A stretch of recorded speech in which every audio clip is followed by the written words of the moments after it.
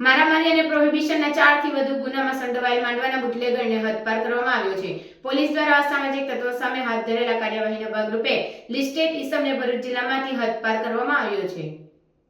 Ankleshwar B division police દ્વારા નાયબ police અધિક્ષક ડોક્ટર કુશલ ઓઝાના માર્ગદર્શન હેઠળ પોલીસ મથકના માથાભારે તત્વોના બનાવેલા લિસ્ટ આધારે પીઆઈ વી.કે. ભૂતિયા દ્વારા માંડવા ગામના બુટલેગર એવા પ્રકાશ ઉર્ફે પક્કો મગન વસાવા સામે તડીપાર કરવાની કાર્યવાહી શરૂ કરી હતી, જેની સામે પ્રોહિબિશનના 3, મારામારીના 1ની ફરિયાદ પોલીસ મથકમાં નોંધાવી હતી, જે પોલીસ દ્વારા જરૂરી સંયોગિક પુરાવા સાથે દરખાસ્ત અંકલેશ્વર સબ ડિવિઝન મેજિસ્ટ્રેટ અને નાયબ કલેક્ટર કચેરી ખાતે કરી હતી, જે દરખાસ્તને મંજૂરી મળતા જ ત્વરિત અસરથી બી ડિવિઝનના પીઆઈ વિશાલ ભૂતિયા દ્વારા પોલીસ ટીમ રવાના કરી માંડવા ખાતેથી પ્રકાશ ઉર્ફે પક્કો મગન વસાવાને ઝડપી પાડ્યો હતો અને જિલ્લા બહારની હદમાં મૂકી આવી હદપાર કર્યો હતો।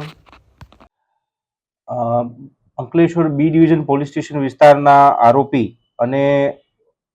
પ્રોહિબિશનના ગુનામાં તથા શરીર સંબંધી ગુનાઓમાં સંડોવાયેલા આરોપી પ્રકાશ ઉર્ફે પક્કો મગનભાઈ વસાવા,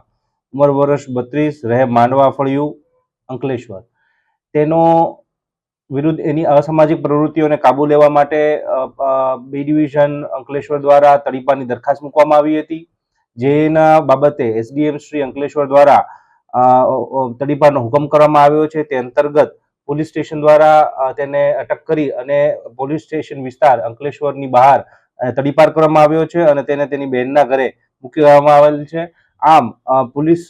ભરૂચ પોલીસ અંકલેશ્વર ડિવિઝનને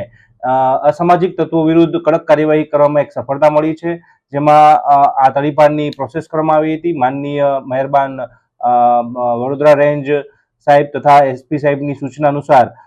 પાસા અને તડીપાર જેવી કડક કાર્યવાહી કરવાની સૂચના અમને મળેલ હતી અને તે અનુસંધાને આગળ પણ આવા અસામાજિક તત્વો વિરુદ્ધ કડક કાર્યવાહી કરવા માટેની પોલીસ દ્વારા કાર્યવાહી ચાલુ છે।